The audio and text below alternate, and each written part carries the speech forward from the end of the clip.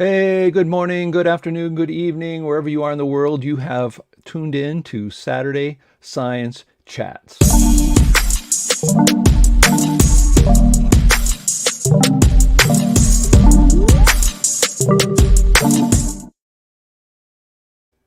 Yes, today is a great day. We're going to be having a really great discussion about something I've wanted to talk for a long time. Actually, been involved with quite a while, and that is, can we convince the public Einstein is wrong?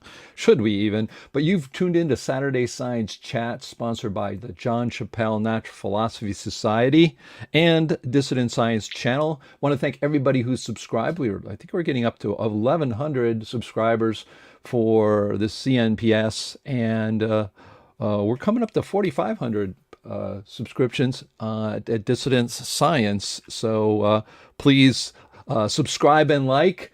You're not going to find anything else like this on the internet, of course. I mean, where else are you going to find people talking about Einstein wrong and convincing the public and having these kinds of discussions? You're not. You're not going to go Neil deGrasse Tyson isn't going to do something like that. So please, just hit the like button, hit the subscribe button. It helps us a lot. So wherever you're watching from, it's really important. That will help us out.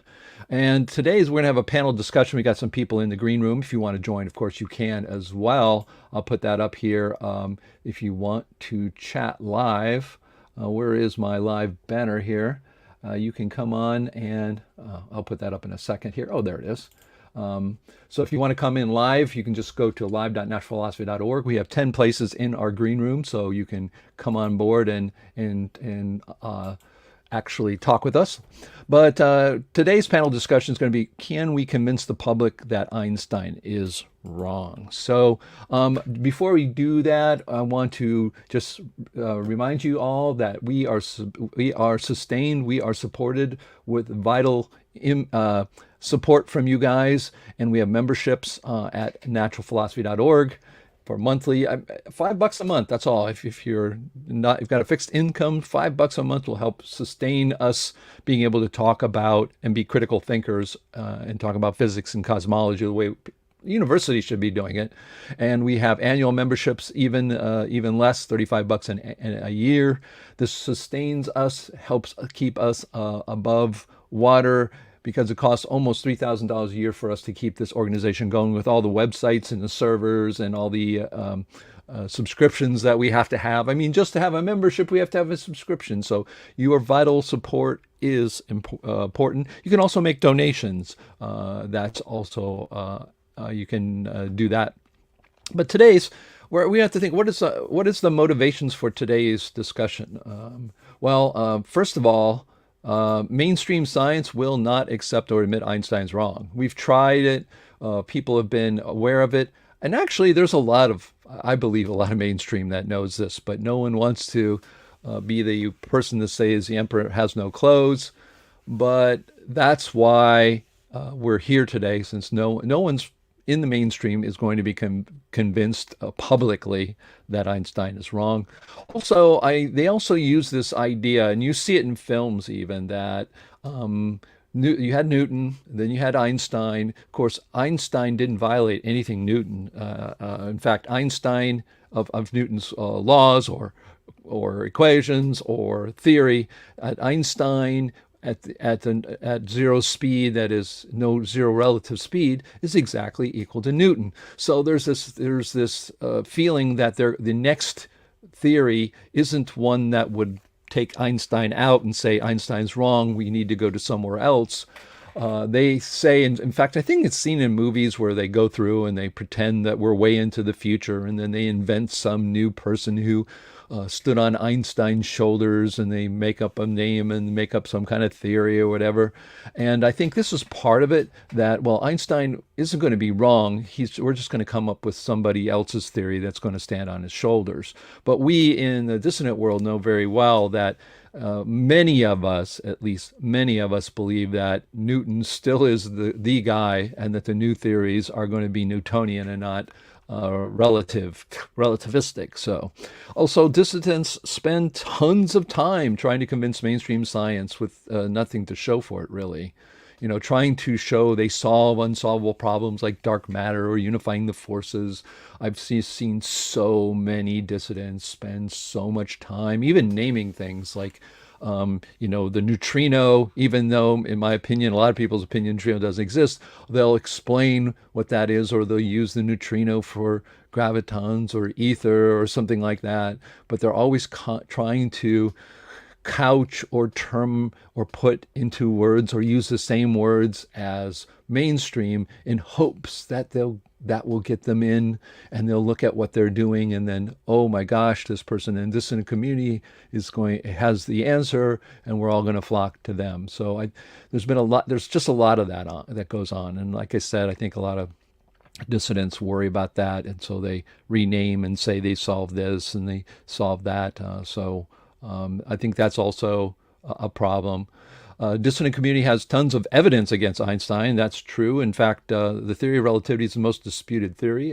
Glenn Borchert, one of the people who knows Einstein's wrong, I think he was the first person to have said that, and I agree with him. If you go to our webpage, if you go to beyondmainstream.org, you will find, in fact, a page where we list all kinds of things. There's over 2,000 listings of why Einstein is wrong. Again, you can go to, that's not the right one. Come on, where's the Beyond Science? Okay, well, I'll get that up there for you. But again, the dissident community, we have tons of evidence. And can and should we convince the public? Can we get a grassroots movement going? I mean, I know, I can just feel that 95% of the dissidents are out there saying it's crazy, that ain't going to happen. Not true, because I actually believe Einstein became famous because of the public, not so much the scientists. And I actually wrote an article on that. Go to beyondmainstream.com and .org, beyondmainstream.org. So the questions for today that I'm going to raise, and I'm going to put these up and talk about a little bit of these. Some of these I will answer and we can talk about. Really, we want to do, teaching the public the truth about Einstein. That's where we're going to get into our discussion. Before, I want to talk about what made Einstein so popular. Who's pushing Einstein in the physics game? It's too hard to understand. So I want to talk a little bit about that before we get going. Let's change this to a laser pointer. So Einstein as the mad scientist. In fact, Einstein really is the prototype and the reason we even have mad scientists. You can look, here's a picture of Einstein, of course, very famous picture with his hair. And here is literally, you go to, coming up to Halloween, you put mad scientist in, kind of looks like, no, it looks exactly like Einstein. Yeah, you have the glasses on because kind of nerdy. But Einstein has really stuck in our culture as much as Carmen Miranda. If you go to a party, you put fruit on your head. Everybody almost on the planet is going to know who you are. If you go to a party with this outfit in, they're all going to know where this comes from, this crazy mad scientist. And in my documentary, Einstein Wrong documentary, you can go see that at einsteinwrong.com. I have one of the students, one of the questions I asked them is, what about Einstein's hair? My mom puts on this wig in front of a advanced physics class in high school. And they said, well, Einstein, the answer, which is pretty much almost everybody's answer, is Einstein didn't comb his hair because he was too busy being a genius and didn't care about his appearance. And so this kind of whole thing has kept Einstein, it's not the only thing, but it's one of the things that has kept him in the consciousness of all people, the general public. So that is the truth. Then how did he become so popular? Well, in my opinion, and again, you can read it. I'm going to put that up here. I'm going to create a banner. Here we go. This is a website you should go to if you're beyondmainstream.org. And if you're kind of new to this whole subject, this is a great website. It's our website that you can go to that reads like a regular magazine online. And oh boy, look at this. It says made here. I just noticed that. You can tell I make these slides a couple of days before. But you go to beyondmainstream.com, and the very first article is why Einstein became so popular. And in that article, I talk about it, and I really truly believe that he became a household name became popular and became a legend because he made this prediction that gravity bends light. Because up until then, everyone, well, step back one step. Everybody on planet Earth who is a human being that has any kind of sense and thinks about the world and the universe at all, even at the average person, knows about gravity, lives it every day. And if you say what you say, there's gravity, they understand that completely. And light as well, because light is so important. We see everything around us. Light is extremely important. So those two things in the human consciousness, in our brains, are very, very, very large. And no one really said too much about them other than there is gravity and there is light and there's experiments and there's lots of things that go on.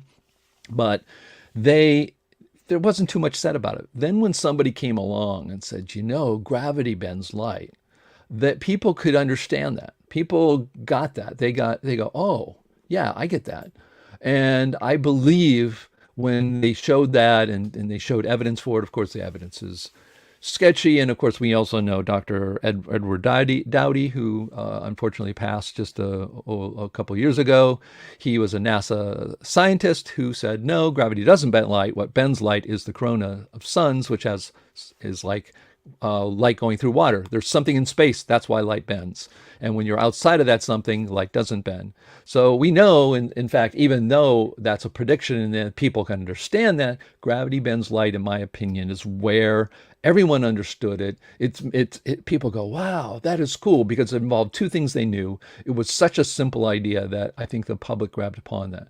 And then other things that also they've grabbed a hold of is everything is relative, right? Oh, it's all relative. That's something at least people who are somewhat educated in regular education system, even if it's just regular public education. This whole thing of relative, things are relative. Your speed compared to somebody else's is relative. When we're racing along the ground in a car, we think we're going 60 kilometers per hour. We're not, or 60 miles per hour.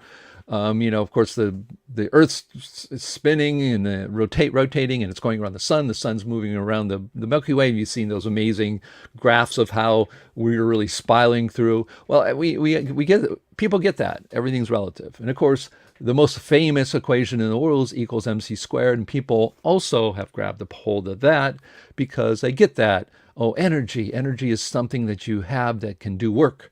And all mass is energy. And this is such a simple equation. It just uses the speed of light and mass. Of course, there's a huge problem with this equation, and that is, what is energy?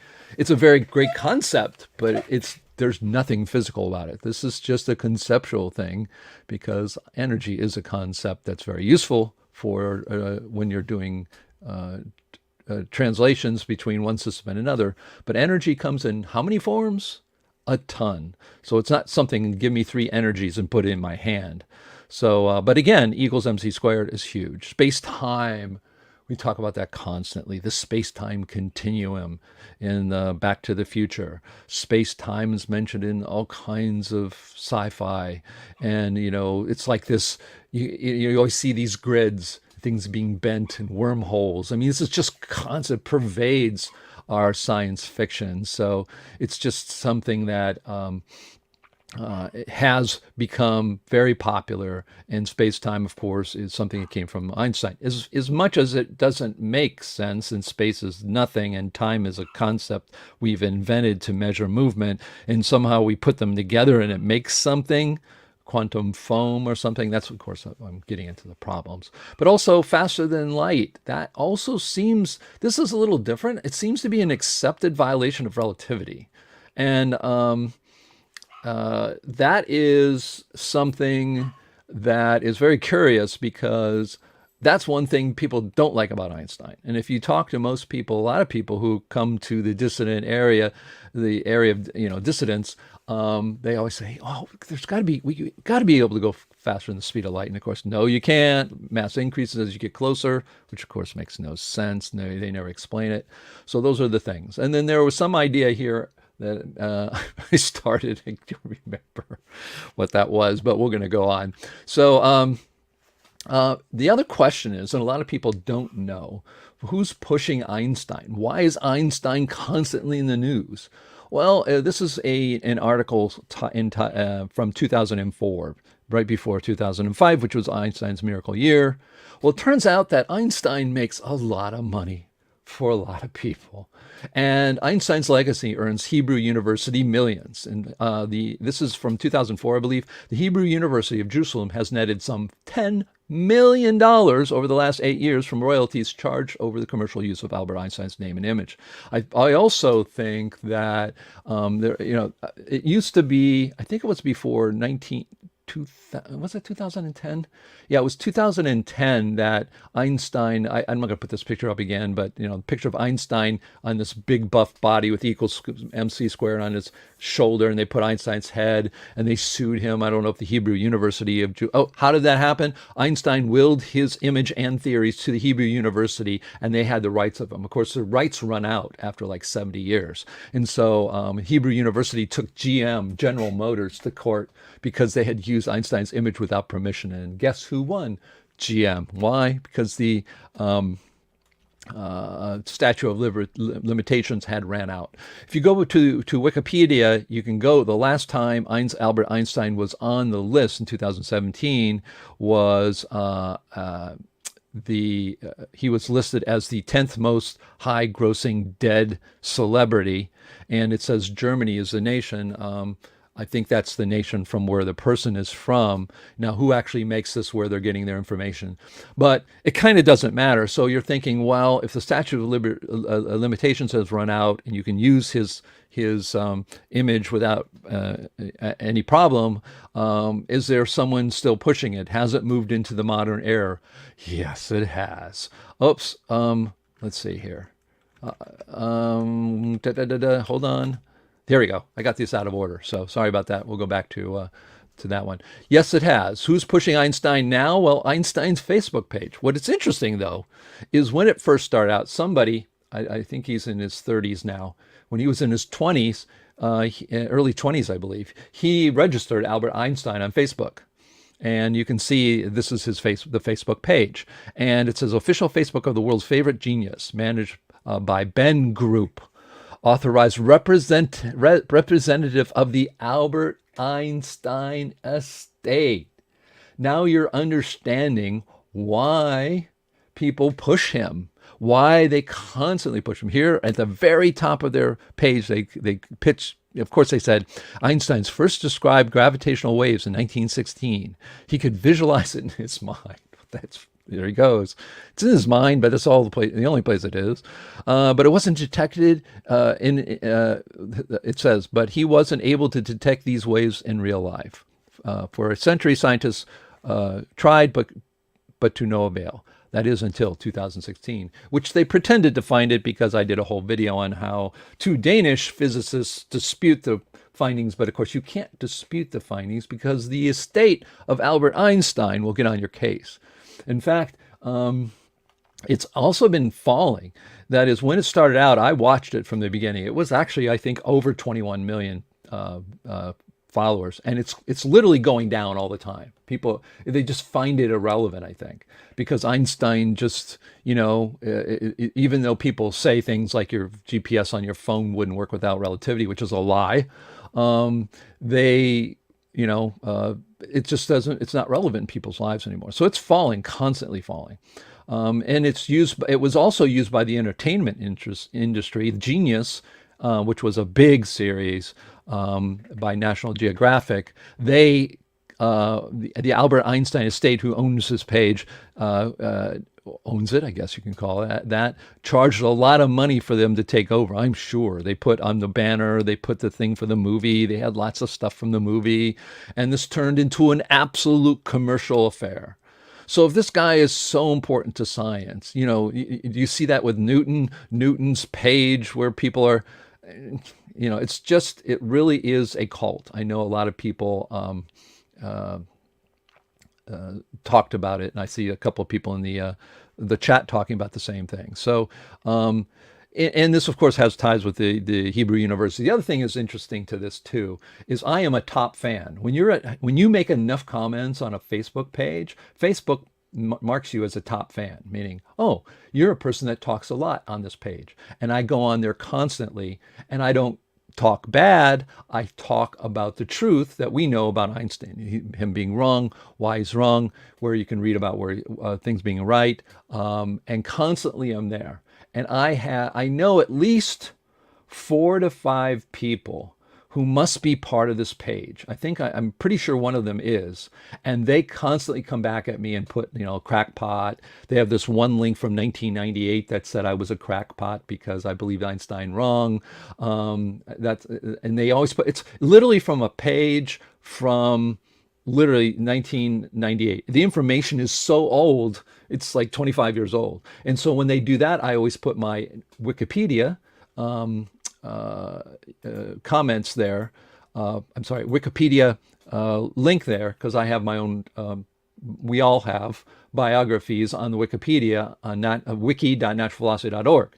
And so I put that on there. But I'm constantly, what's interesting, I know a lot of people are starting to do that as well. I know Roger Anderton, who's talked on this channel, he is also watches there. So when I make a comment, he's always like, thumbs up, good job, Dave. And it used to be that I was totally drowned out by people laughing. They just laugh at you. It's funny, I don't know why they haven't banned me from the page. I don't know why.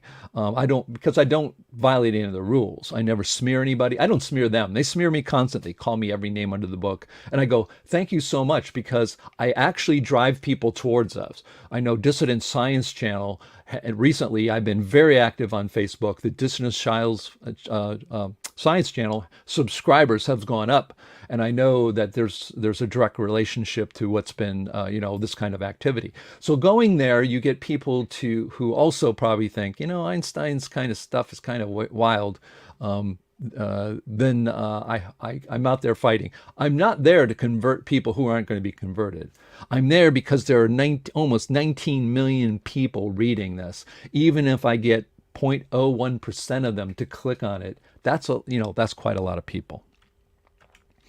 Let's go on.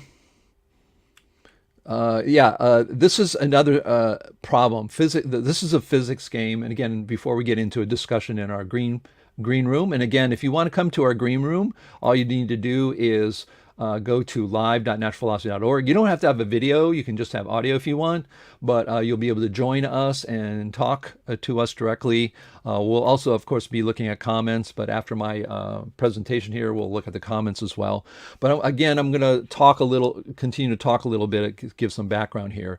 This is what I call the physics game. It's too hard to understand. This is the game that mainstream science talks about.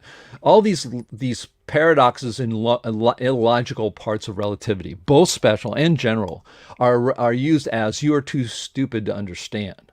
And of course, we have people out there who talk about you are too stupid to understand. And these are the science evangelists who are out there who try to then explain it to us as, being easy. So I'm going to go back here, and we're going to look at one of those science evangelists. And instead of the science evangelists going out there and saying, of course, Einstein could be wrong, that is the correct answer. That's the correct scientific answer. If you are a professor in a university and some student asks you, could Einstein's theory be wrong? You have to say yes. If you say no, you are wrong philosophically. You are going against what science is. So here, let's take a look at this one short clip where Neil deGrasse Tyson, who is an entertainer, who was a semi-okay astrophysicist who really never made it. This is his answer, and you can see this is non-scientific answer. He literally, you'll see what he does. Do you guys hear the audio on that?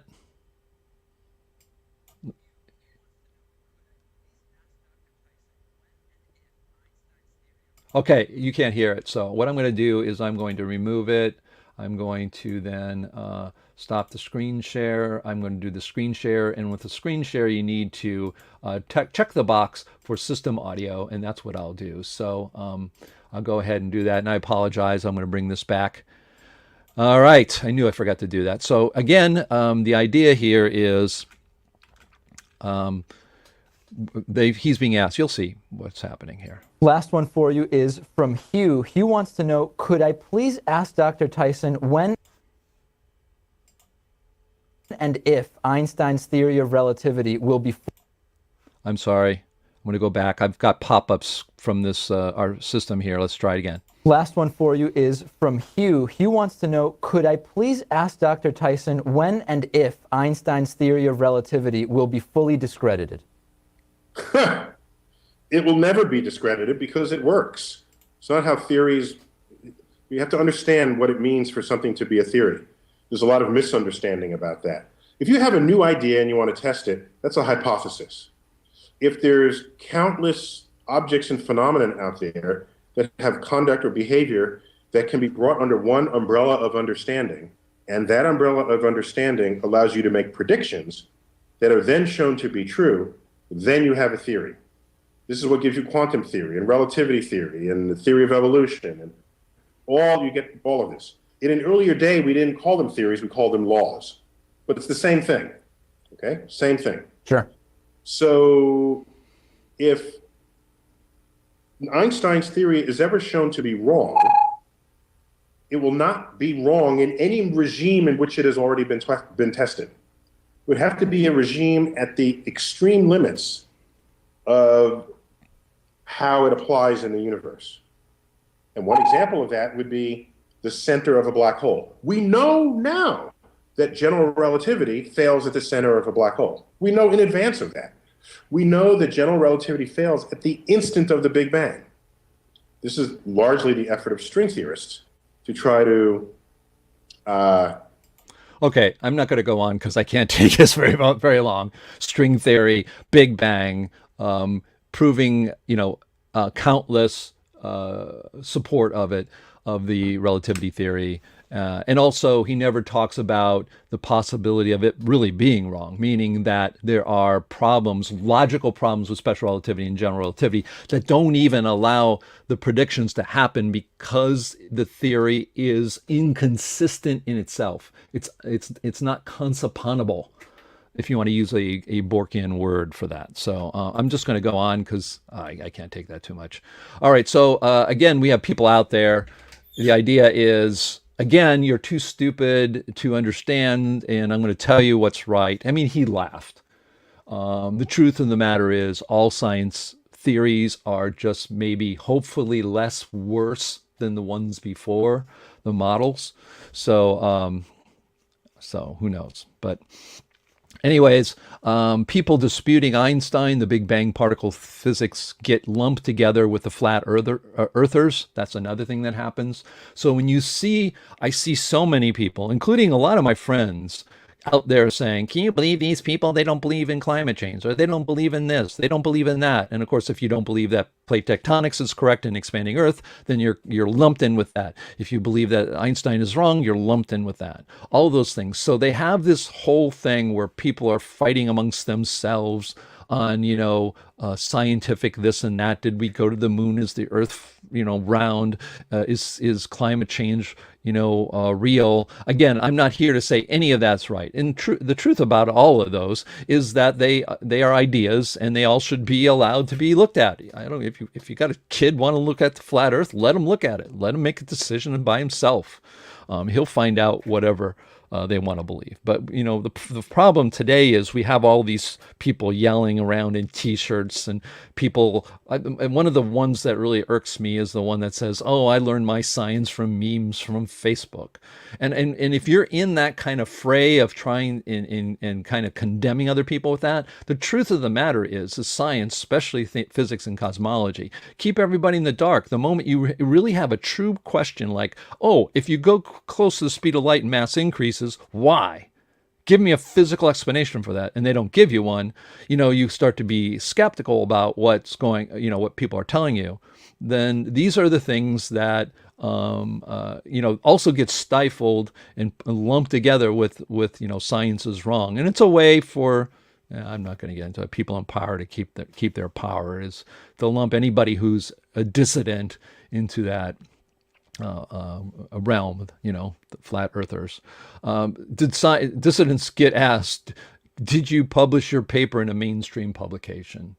And this is the same as, did you get a degree in physics? It's a catch-22. Because if you're going to go to a university and you say to them, I'm going to do my thesis on how the Big Bang's wrong, like Stephen Crothers did in Australia, he was literally drummed out of the university because his goal was to dispute the mathematics behind black holes.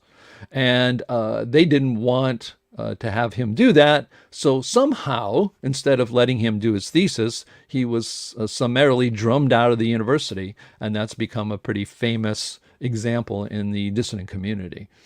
The other one is, well, do you have a degree in physics?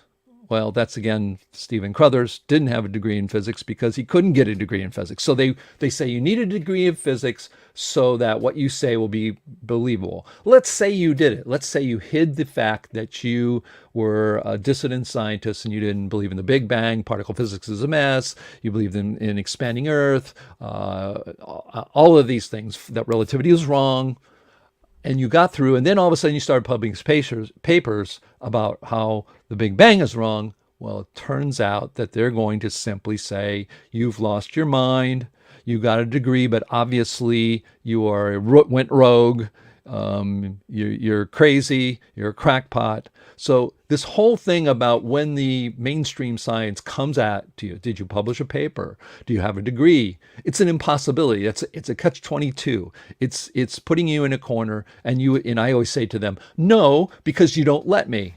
Even if I have solid science behind it. Well, if you had solid science, they'd let you. No, we've tried that. It doesn't work that way. So it never happens anyways, the change from within side. So here's a question, and this is where I think I want to start with the actual discussions here, is really the public has no clue about Einstein's theory in reality. In 2005, when I was making my film, I noted everybody's going nuts because it was the 100th year anniversary of Einstein's miracle year. My documentary started in 2005, and it took me out through 2013 to finish it. But the name of my documentary was Einstein Wrong, the Miracle Year. And of course, the Miracle Year, they had literally on-the-street interviews and showed people that had no idea. A large portion of the public had no idea that Einstein was a physicist. He's a scientist, they kind of knew, but did they know about his theories or anything? No. So, if we're going to try to convince, the public about Einstein, how can we if they know nothing about him? So it sounds like we're going to have some teaching to do, perhaps. I don't know. If Einstein's so important in science, why doesn't the public know more about him? And of course, nobody specials in relativity anymore in universities. But this is where I'm going to kind of open up the discussion. Again, if you want to come live, we have live.naturalphilosophy.org. You can come into the green room. We have 5 more spaces there, so you may want to come. If you do want to make a comment or a question, you can, and I'll try to put that up here on the screen. So in the chat, just start it with question or comment, colon, and I'll be taking a look to kind of take a look at that. But I know I have some people in the green room. If you want to come on and speak about what's going on with why the public doesn't know about it, and is that going to be an impediment to trying to get them to understand Einstein is wrong? So you can wave your hand, and if I see you wave your hand, I will bring you up and we'll talk. Hello there. How are you, Nick Percival? Hi, David. Very interesting topic. I'd want to make one comment about trying to persuade the physics academia. There, I think that perhaps the main reasons why academia is clinging to special relativity, etc., is not physics. It's not that they're so convinced about the physics. I think the idea that you mentioned, that everything is relative, that really appealed to academia, and still it greatly appeals to them, almost on a religious or philosophical or political basis, more than physics. However, we have our goal to bring out physics truth, so we should continue on that, even though we've tried for 120 years without success. Things change over time. Like when the internet came, we had a phenomenon called the Arab Spring, when a lot of uprisings in the Middle East occurred that people thought would be impossible because for hundreds of years nothing had happened. And now we have an even more powerful something new. We have social media. So I think this totally changes the ball game and rebuts the argument that, gee, we've been here for 100 years and we haven't been able to convince academia or the general public. Also, we have GPS. And while right now the dogma is that GPS is built on relativity, that's not true. Unfortunately, Ron Hatch, with his 30 plus patents on GPS, was a great spokesman about that point, that GPS really disproves special relativity and to some degree general relativity as well. But since GPS is so ubiquitous and it's a system that really works, it can't be manipulated by some professor doing an experiment. I have some hope that will allow the truth to come out.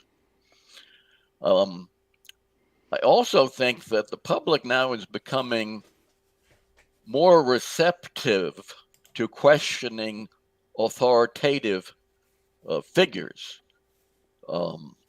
We've had a lot of discussion about, say, climate change or about how COVID was treated. So I think the public is gradually becoming more critical thinking just because of the experience of experiencing terrible things happening by just going along with the authoritative figures. And that may get worse as we have financial crises and energy crises, et cetera, et cetera. So I think there is a shift there. And while this is not a big point, I'll add it. I think the general public, well, they may love their heroes and whatnot, there is a certain group that loves to see the people on high, especially those that are haughty or arrogant, fall, and they get a certain pleasure about that. So there's another thought there. And regarding about, is the public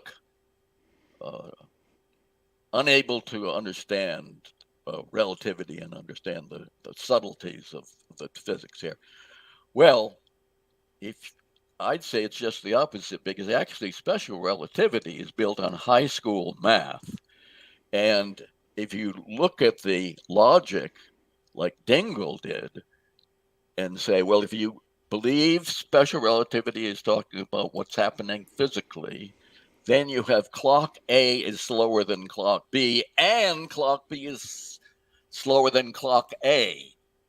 And that's not just a counterintuitive, that's counterlogical, and that's something virtually everyone can quickly understand. And I think the reason why Dingle wasn't successful was basically he was censored by the physics community. And we also, unfortunately, have the problem. One of the things that made Einstein accepted in a household word was that the mainstream media got behind him. And unfortunately, I think that they're going to still be another obstacle. For one thing, I guess it's easy to have drawing readers when you talk about, hey, relativity has been proved by GPS or something, because and they want to read about Einstein. But there is a way around that too. So those are my comments. Yeah, I think you're right. Some very interesting comments. We do have social media, and I would imagine if Dingle had social media in his time, You know, if the people in the last 100 years who have known the problems of relativity and how do you get it out to the masses is really was it was really impossible. Now we can do it. I mean, here we are even doing this, and you know, we've got between our two channels 5,000 to 6,000 people that regularly watch and listen to what we're saying. People are using social media to change things and actually reveal the problems. Yet there's still a lot of suppression. I mean, you look at Julian Assange and Edward Snowden, people who showed how the masses are completely being snowed and things are going that our governments and our agencies and these groups that are supposed to help the human race are not doing so and are violating human rights and all kinds of things. They are trying like crazy to suppress them.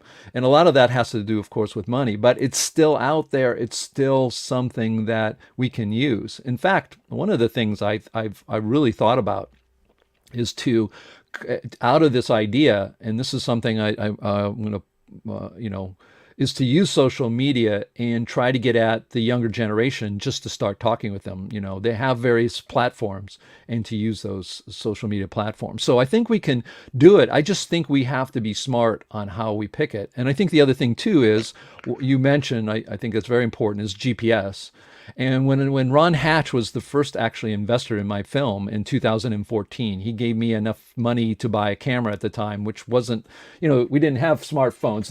My smartphone now today has a camera, 10 times better than a $3,500 camera at the time that in 2004. But, he helped me buy that camera. And part of it was, of course, he knew Einstein was wrong and was wanting to see. The idea with Einstein wrong was to put it out into the documentary world, because it's like, hey, we've got these people that can show Einstein wrong. We've got a NASA scientist saying, hey, gravity doesn't bend light. And yet the gatekeepers of all the films, all the film festivals are all kind of what I call intellectuals. They're not critical thinkers. Intellectuals are the ones who want to be able to describe to you at a party what the Higgs boson is. Even they're not interested in knowing or criticizing mainstream physics. They're interested in trying to be a science evangelist or to pretend they understand the unintelligible. But the whole idea of getting out there and coming up with ways like GPS, I asked Ron Hatch, I said, Ron, I need one short word, one sentence, where in my film I had certain quotes, if the facts don't fit the theory, change the facts, something like that. That's one of the quotes that's very famous I have in my film. So as you're watching the Einstein Wrong, go to einsteinwrong.com if you're interested. You can rent it for $3. And you'll see during that these quotes. One of them is Ron Hatch's quote. I said, I need a quote. And he didn't say, look, I'm not going to say that Einstein's wrong, but I will say what I know about GPS. And he wasn't saying that Einstein wasn't wrong. What he said is that GPS doesn't support relativity. It disputes it. Yes. And so that's what he said. And this is the guy, you cannot get anyone who had more knowledge about GPS and relativity than that man who, recently passed. But he, that whole idea of GPS and being able to talk about that and really say, I remember Ron, it was Greg Volk in the 2010, when we did a lot of filming for the 2010 conference, was the conference that we filmed for Einstein Wrong. It was in Long Beach. Our family kind of hosted it. It was part of the whole idea there. And I remember Ron Hatch talked at that conference. It was at the Pyramid there at Long Beach State in California. And he was talking about GPS and how it, of course, doesn't support it. And there was a guy in the audience that turned to Greg, that was sitting next to Greg Volk, and he goes, I'm in GPS. Hey, it's a dirty little secret. We don't use relativity. We don't use relativity. And of course, if you had him stand up to say that, they don't want to say it. The companies that use GPS that don't use relativity don't want to stand up and say it because they don't want the controversy. They don't want to say Einstein has no clothes, that he's wrong. So the GPS is something, but how do we couch this? How do we sell it? How do we get to a point where that, the public is going to, in fact, can we get them to understand that? Because I've told the story before. I went to a opening of a science lab at one of the private high schools here in Boca Raton, and they have a lot of money, and so they contracted who? Bill Nye the Science Guy. Every kid in that class grew up with him because they used Bill Nye the Science Guy as them to teach regular science to the kids in elementary school. He gets up there and he pulls out his cell phone, shoves it right in everybody's face. I'm sitting right in the front row and I'm biting my tongue. And he goes, if it wasn't for, and he said this, if it wasn't for special relativity and general relativity, this phone, you wouldn't know where you are. You'd be miles off. And I had to sit there and bite my tongue because I was with my company. My company was paying me to be there, and I couldn't, get up there and start disputing him. But that's what you get. And then, of course, and here's the fame side of it too, right? The fame side of all of this. I couldn't take a picture of Bill Nye the Science Guy with my own phone because he has a copyright to his own image, and that the only image I could get with him was through his publicist and person standing there. That's what science is. Science isn't about critically thinking. It is just... The best way to win a Nobel Prize these days is find where theory and there's a gap with empirical data, and then find something that will bridge that gap between contradictory empirical data like dark matter, dark energy, or some other dark fudge factor. Yeah. And the other thing too is you get published. If you are unknown, let's say you're a little physics department in Sheboygan, Wisconsin. I'm sorry if anybody lives there. Happened to go there one time. It's a smaller city, I'm sure, nice, but it's very small. No one knows Sheboygan's, Wisconsin's physicists. But if you come up with this experiment and you say that your experiment supports Einstein's theory, bam, you hit the news. You hit the news because that is news. And that's always been curious to me, is that kind of, I'm not really understanding why, if you put the name Einstein that your theory supports, that gets coverage. And the other, that kind of goes with the idea that too is, well, if Einstein's right, why do we have to constantly have published papers and things shoved at us yearly, 4 times a year? Einstein's shown right again. It's like, Newton's shown right again. Another great example of that is the twin paradox, where Einstein claimed that time dilation showed that a clock that made a round trip would be slow when it came back. There was great controversy of that, and the physics community came up and they published over a dozen so-called explanations of that, all of which contradicted Einstein's claim about time dilation because they chose some other explanation for the clock slowing. So here you have most of them being self-contradictory. All of these self-contradictory examples about why the twin paradox is okay were accepted. And now they won't, in contrast, they won't publish anything that says, yes, it is a paradox and it does come to a logical contradiction. Yeah, and I think we're just going to have to go at the public and do this, because it's the public. I absolutely agree as well that the public is primed, that they're a point where they've been fooled so many times by people in authority that they're going to get to the point where they say, anything's up for game.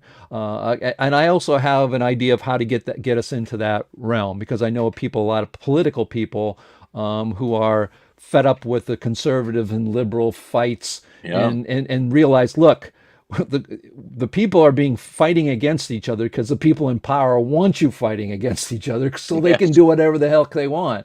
Yeah. So I think we are primed, but we got to get ourselves together, because we spent so much time doing our real scientific analysis for ourselves that those things are not necessarily translatable to the public. And this is one comment before I'm going to get somebody else up here.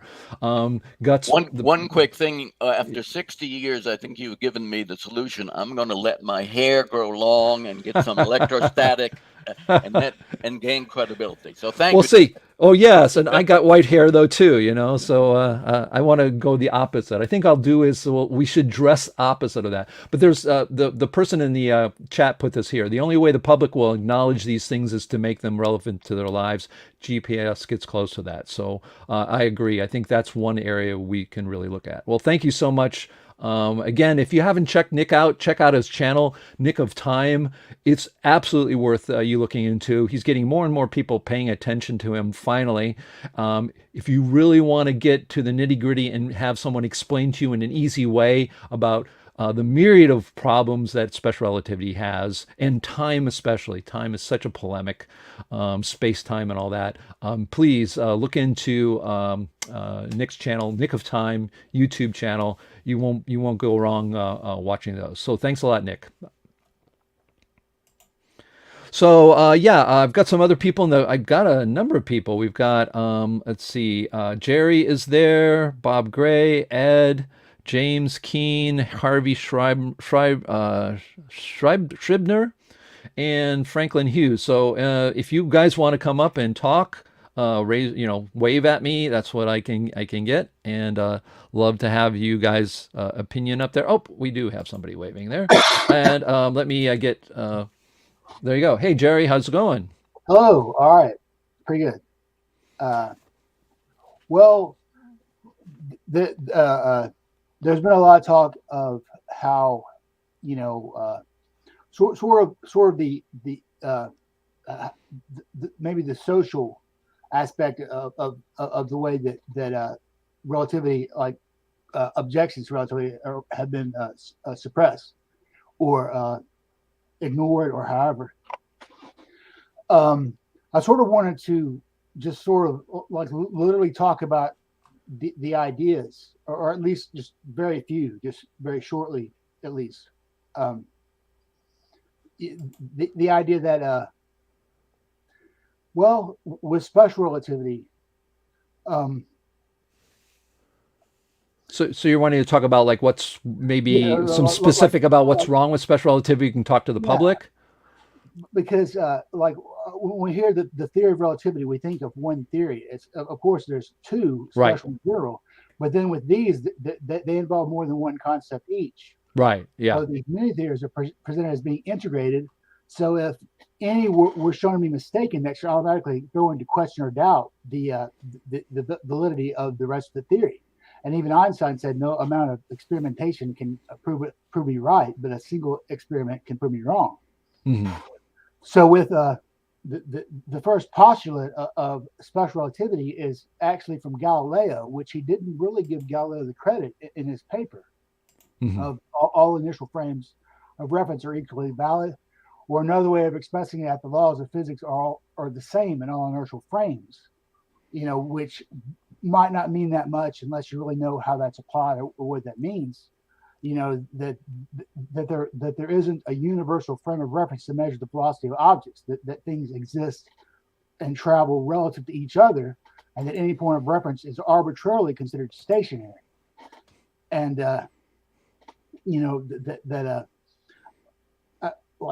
as far as there's two postulates, of course, and the first one may be possibly the only true part of special relativity.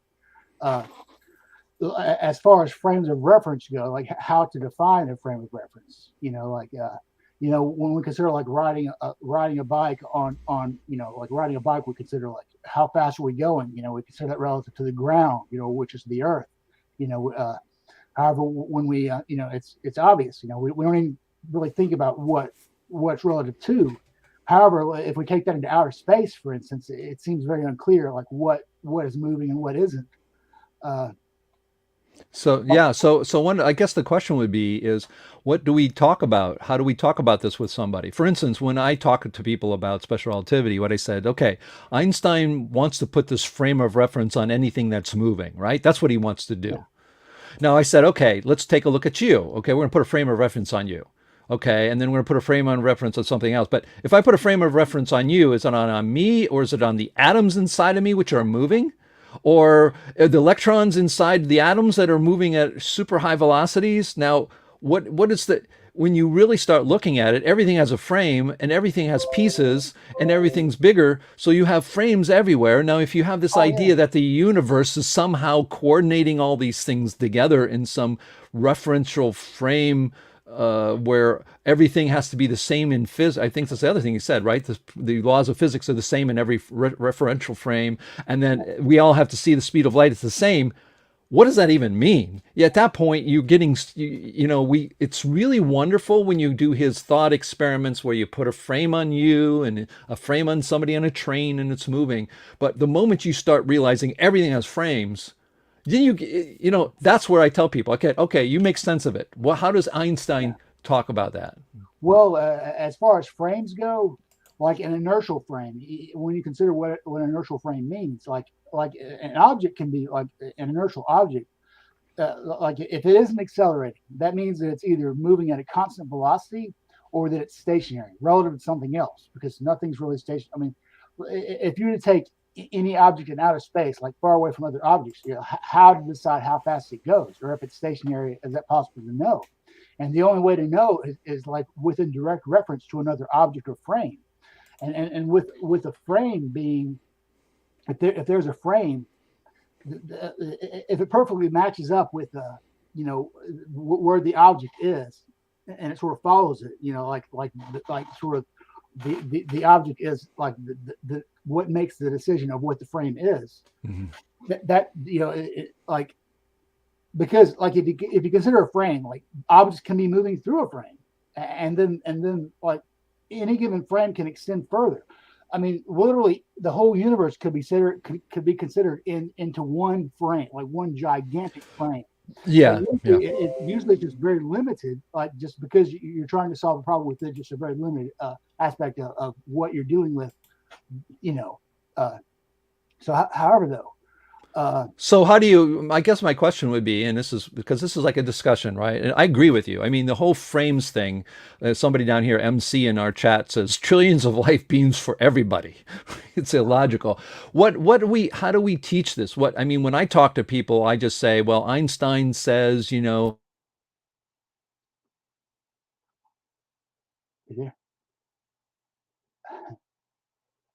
it's frozen. Hello. I can't hear you, David. Your screen is frozen. I'm sorry. Hello.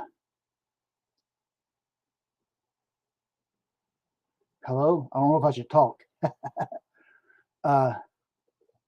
Well, here's something that I've written lately. If anyone's listening, or if this is going, one way to disprove special relativity is simply to try to find the velocity of a given object. How difficult is that, though? If the velocity of the object is somehow found, couldn't we always ask, what is the object's velocity relative to? Wouldn't we always seem to find that there isn't always a one and only valid frame of reference, since the velocity of something is always the relative velocity of something else? So that this one simple consideration seems to illustrate the impossibility of how to know the position or velocity of a given object without direct reference to another object or frame. If a spacecraft, for instance, is within highly minute decimal places away from reaching the velocity of light, such as 5 miles per hour away, traveling at a constant velocity, why isn't the same spacecraft essentially just as stationary as any other object within their inertial frame that doesn't accelerate? I mean, that literally, there's no way to tell the difference, and that's Galileo's idea, which Einstein used as the first postulate of relativity. The second postulate was the constancy of the velocity of light, which it gets very tricky then, and that's where the difficulty comes in, and it seems to contradict the first. And it's unclear whether it's Maxwell who was derived mathematically through Maxwell's equations, or if Einstein thought of the idea of himself.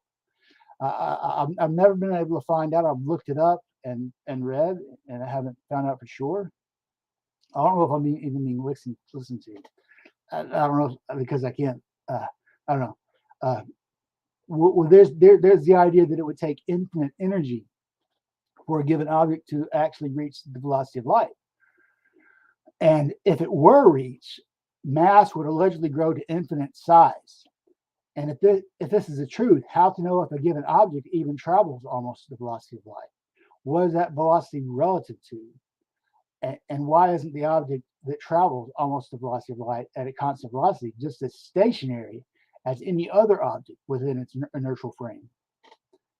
If it doesn't take infinite energy to accelerate a stationary object to say a mere 5 miles per hour, why is it different that a given object is only 5 miles per hour away from reaching the velocity of light?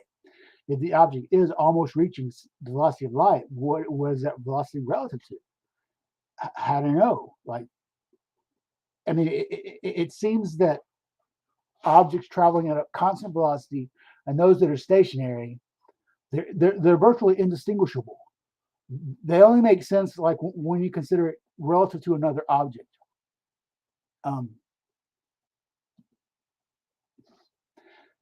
Actually, also, the two postulates for special relativity weren't arrived at through mathematics.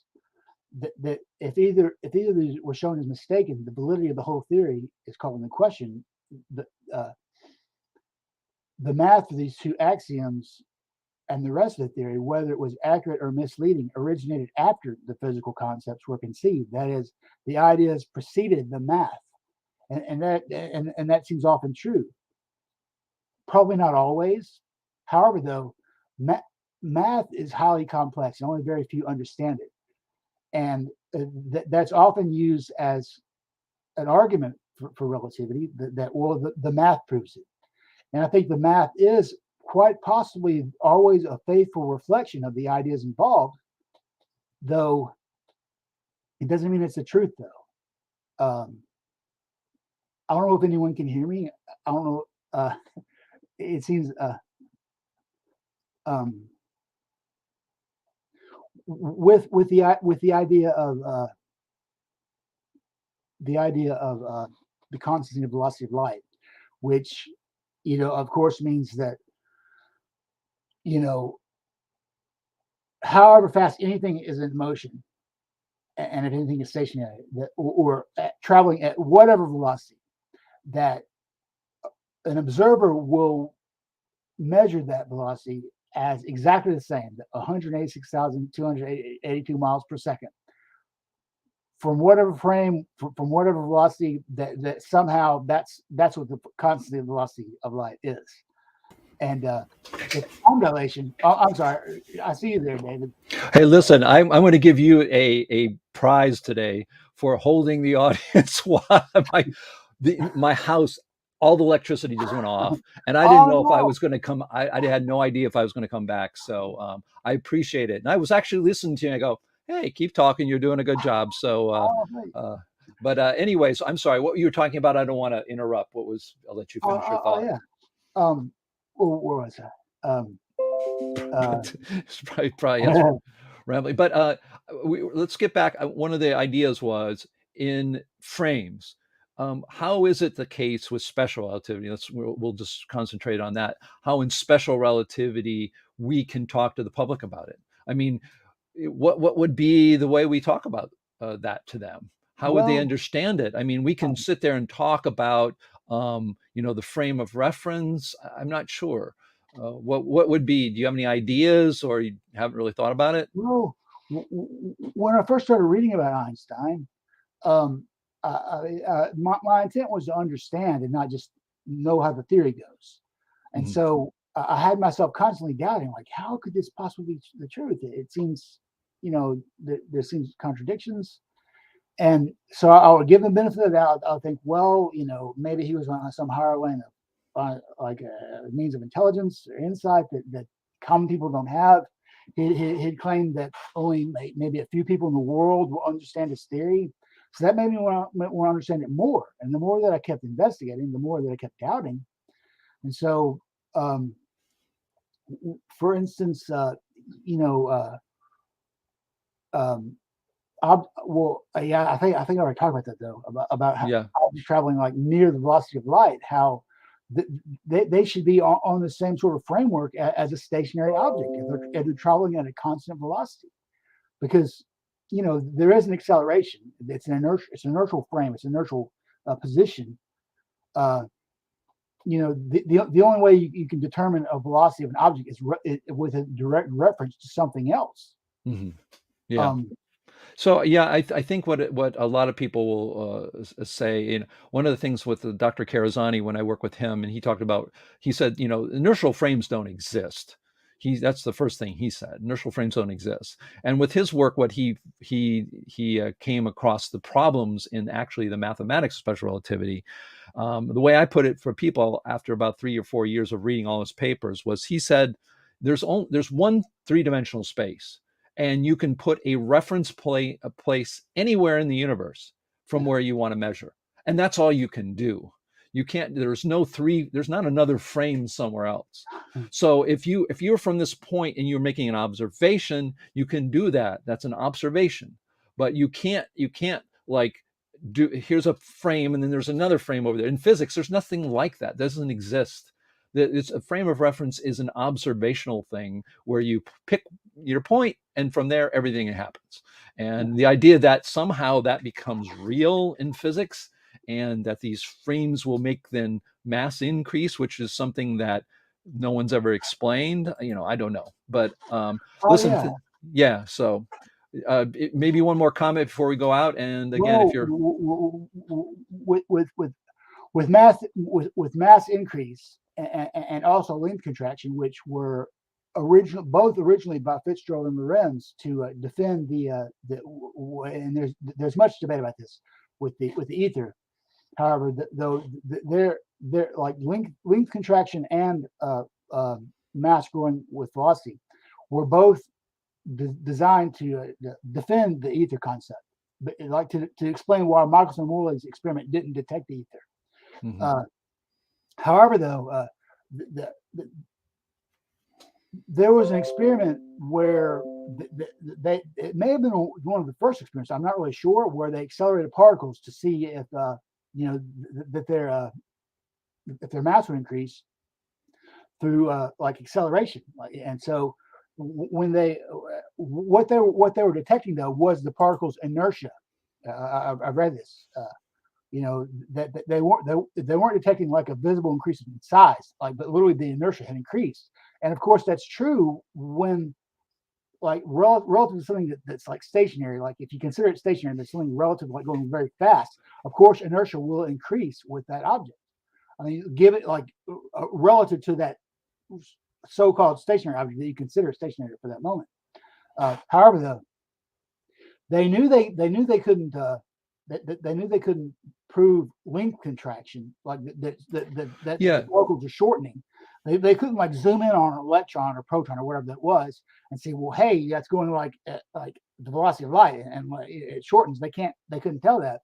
But since the previous experiment of like measuring the particle inertia had been like allegedly put out there, that they felt they had to accept length contraction because it was allegedly mathematically based on Fitzgerald's equations, like Lorentz had done. Mm-hmm. Yeah, and I think one of the things is just for people to know, again, in my documentary, Einstein Wrong, somebody suggested I put it on YouTube. The only reason I haven't put it on YouTube is because we had investors and yeah, they don't get money from it, but that is just respect from that. But regardless, in the movie, we have an experimental physicist who says to the camera that mass increase is not observed in particle accelerators. So we do know that. And length contraction, he also said, yeah, he didn't say it in the film. I didn't put that part in it because I didn't want to put too many things in there. But he also says you can't observe it. So yeah, that's definitely. Well, one more quick statement. Okay. That and I think I've even seen this on the Beyond Mainstream site. That mass increase within particle accelerators, where they accelerate particles like almost the velocity of light, but allegedly they can't reach or exceed. When they're traveling almost the velocity of light, if there really is mass increase, and according to Lorentz, if that mass increase would result in infinite size, if you reach the velocity of light, it would seem these particles, most of us, light, would be quite large, like the size of a bowling ball, not like the Earth, the observable universe. It would seem these particles would be growing in mass quite visibly if the theory were true, and it clearly isn't, because the particles stay the same size, as they travel through the right, right. supercluster. Yeah, and that was one other thing to add to that is that where it goes wrong, where they bring Einstein back into the equation, literally, is when they look at the collisions at the end. They see no mass increase, so special relativity supposedly is not in play then. And in the particle accelerator experimentalist says he has to unteach special relativity to his grad students. But when they get to the end game, they used relativistic kinematic equations. That is the kinematics, like kinetic energy. They use the relativistic ones. Of course, relativistic ones you have to accept special relativity. Yet they unteach it and say mass increase doesn't happen. So even though they see no mass increase in special relativity in a particle accelerator, they then go ahead and just say, oh, we're going to use these equations. Oh, guess what? There's extra energy. And what did they do? They have the neutrino, the invisible neutrino that has no mass. No, of course, now it has mass because, they can't say it. But that's a whole nother story, another conundrum. But thank you so much, Jerry, for your comments. Thank you. Thanks Okay. very much. All right, so other people in the green room would like to come up and speak. Oh, I see Franklin. Hey, Franklin, how you doing? Good to see you. Great. So, I when you brought up this whole topic of what's relativity, so I just Googled what the heck is the difference, because when people talk about special and general relativity, me, it's like I don't know what even the differences are. So I thought it was interesting. So I found this article. It says general relativity and special relativity in terms of consequences. So, I thought that this was an interesting list because it's very, very concise, saying, what is involved in special relativity. So, for example, special relativity, it involves, this is where all the frame stuff happens. That's special relativity.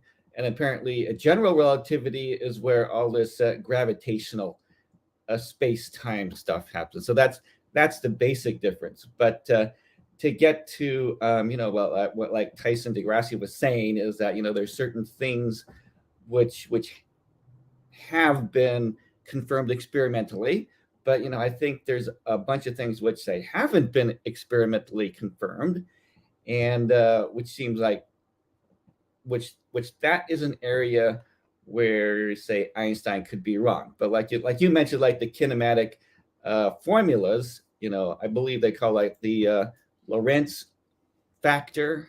That's the 1/1 minus b squared. See, that doesn't even have Einstein's name on it, right? Lorentz came up with that, right? Right, but they introduce it back. In fact, Super Principia Mathematica here says they do not see mass increase, but they do see any energy decrease. Of course, you're using an equation that has a Lorentz term in it, and that speed makes you have magical mass energy increase, which of course energy is it's interesting because there's no mass increase, but there's energy increase. Oh, by the way, energy is a concept, it isn't real. But again, the reason is when a person says this, like this one comment in the comment, people making comments here, is that they do not see mass increase, but they do see energy. Again, they are using an equation that it's illogical. You can't say I don't see mass increase and only see energy increase and say that okay, everything's still okay. What they're trying to do is they're trying to back out of the situation, and that's why they have these neutrinos, because they can get away with putting in extra energy and taking away the extra energy with something. And in the beginning, it had to have no mass and all that stuff. So again, that's paradoxical, and yet that's the Super Principia Mathematica. He's saying this person's saying, of course, this is a totally logical explanation. It's not a logical explanation. Well, the thing is, so this is one of these areas where it's like the experiment, quote unquote, confirmed relativistic mass increase, right? But one thing that I think needs to be pointed out is that mass doesn't correspond to the amount of physical stuff present. Mass, strictly speaking, is just a resistance to acceleration. So if I throw a baseball in air and then compare it to throwing a baseball through molasses, nothing happened to the baseball, but its resistance to travel increased greatly. So I'm thinking, that, and if you plug in, the equations, strictly speaking, it works. That's why Tyson deGrasse would say, oh, that's been confirmed to, the nth degree. It's like that particular formula, just like the Lorentz formula, have been confirmed to confirm. No, but confirm. Yeah, that's what but they mean by that part of Einstein's relativity is correct, right? but it's confirmed under an illogical state of assumptions. That's the problem. So if you ask Neil deGrasse Tyson if Mathematica's statement here that again, mass is related to speed of light, mass would increase, but not the energy, the increase of energy versus mass, he's going to say, of course, that makes sense. They don't see mass increase. It doesn't matter because the energies increase and mass and energy are the same. They live constantly with logical contradictions and then call that proof. So yes, Neil deGrasse Tyson can say that, but the thing is that it contains in that statement two contradictory assumptions, and yet they say they are not. And that's where, of course, then they start saying, well, you don't understand it. You need to go to school to understand that. And they'll just stand by that until they die. Well, yeah, I think there's a lot of this you're right, but you're wrong kind of thing. It's like, so let's take, for example, the mass energy equivalent, E equals mc squared, the most famous equation that Einstein theoretically came up with. Now the general public takes that as saying that energy and mass are interchangeable and equivalent, right? And when you do like these experiments, if you collide a positron with an electron, you can see that formula E equals mc squared is correct, right? So in that way, it's correct. But does that mean that that the matter was actually converted into the energy? Now, me personally, I think that's not correct. I mean, the correct thing is to say that when we do these experiments, we see this amount of mass coming in and we see this amount of energy coming out, right? That's all you can really say. But energy, again, is a concept. To me, you can say energy all day long, but that's a kind of fudge thing for us because energy isn't real. I mean, so to say that you have no, I would kind of disagree with. I think that's going a little bit too mainstream science, Franklin. Mainstream science admits energy is not a real physical thing. It's a great concept, but it's not real. And so I know you're saying that, but even mainstream scientists, I've heard them say that. The people who are really understand and look at energy. So I think let's stay away from that topic for now. Say something that we can understand, which is say kinetic energy, right? Kinetic energy formula is E equals 1/2 mv squared, right? I think we could agree that if you're firing bullets and you measure the amount of destruction that can happen from the bullet, that's what they mean by energy, right? It's the ability. Energy is there's two things with energy. Energy can be a scientific thing, and in a scientific world, energy has about 670 different units, right? Energy is in the same units. Well, no, but there's units, different units, and different energies used throughout engineering, right? And that's it. Then we have also I lost my thought. Sorry. Energy, yeah, but again, energy being a concept, that's it's wonderful to say, oh yeah, the public when they think of energy, the energy crisis, what they're saying is that we are lacking something that allows us to generate work in some way. there's this much energy that we use that gets converted into work. So we have a colloquial linguistic idea of what energy is, the average person. It is a concept. And that energy, after the problem with language is you can make a concept that's not a physical thing into a real thing. You can be poetic, and this is one of the things we dissident scientists for the last 10 years have been called science poetry.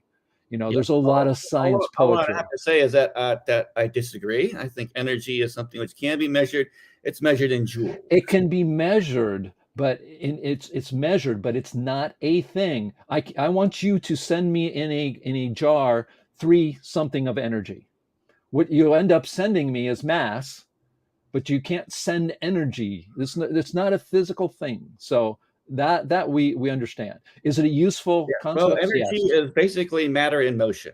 Like you said, if I were to do that, I'd have to send you like 3 pebbles, which are rotating or something. I don't know. Right, but that's mass, moving mass to me. So it's not energy. But that has energy compared to the 3 pebbles, which are not spinning at all. That's spinning to what? I mean, you get into all that, but that's what I think the best thing for let's kind of pull away from this energy mass thing. Einstein, you see, the concept I was saying that the public understands this E equals mc squared as saying that matter is energy. Right. That matter is somehow a just some kind of compacted energy. And a lot of dissidents have that in their theory, so that in order to explain what, say, an electron is, they have to say it's actually a concentrated bundle of energy, right? Which I think is not quite correct.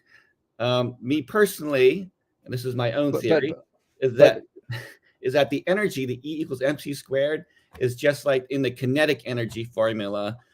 And the kinetic, that's saying a lot of people have said that. Yeah, a lot of people possessed in a. But let's get back to this. Let's get back to the subject, which is about the public.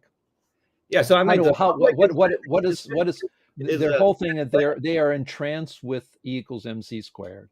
Yeah, so what do we do about that? What do we do about it? It means that matter can be converted into energy, which is actually, I believe, an incorrect way of seeing the situation, right? Because if you think that, then you're just kind of misled as to even why that exists. Why is that formula the way it is? Or one of the things I do in my movie, I take on E equals mc squared, and I tell people I can make you doubt that equation in 3 words. And those 3 words, if you don't have to watch my movie to find that out, is what is energy. And then the person starts to think about it. They go, oh, yeah. I mean, we're always talking about it, but what is that? And then they start to pause. When I use that with a lot of friends of mine, it goes equals mc squared. Can you explain? Oh, yeah. All mass has energy in it. I goes, okay, what's energy? Because that's what the equation's about, right? And they really stand back and they go, you're right. It's really not saying anything. No, it is saying something. Energy is 1/2 mv squared. You have a mass. That's energy. That is no, because then what you have is you have mass, and mass is made up of smaller parts. Those smaller parts have moving things like atoms and all that. Is that at that level, or if you believe in like an infinite world where all parts are made of other parts are made of other parts, then you have the problem with that idea that it's just this kinetic energy kind of translated. So it's I think it's enticing to come from the idea that you can generate E equals mc squared almost in a Newtonian way.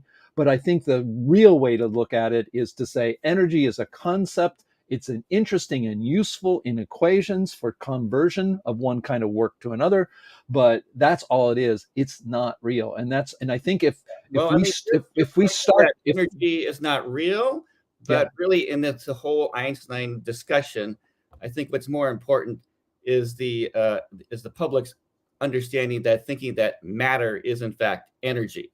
Right, and that's what I'm saying. But when I question them, is something which is not correct. That we know exactly. Matter is matter. Energy is energy. Matter is matter. Energy is a concept that matters. Things and energy concept. Yeah. So okay. All righty. Well, do you have any other comments about what we should be talking about the public, or before I bring somebody else up? Well, I mean, there are certain things like you mentioned, say length contraction. Now, I don't know that I've ever seen actually any experiment No, they that don't have actually them. confirms this, right?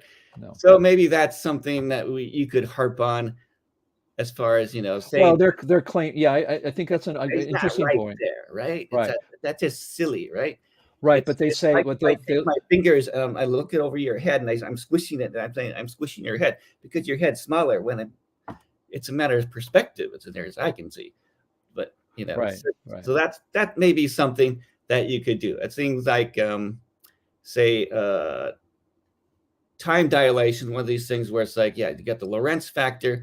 That's kind of been shown to be true, but let's see, what was I going to say? But the thing about I think probably the public probably still understands the twin paradox, I suppose, right? Because that's pretty easy to understand.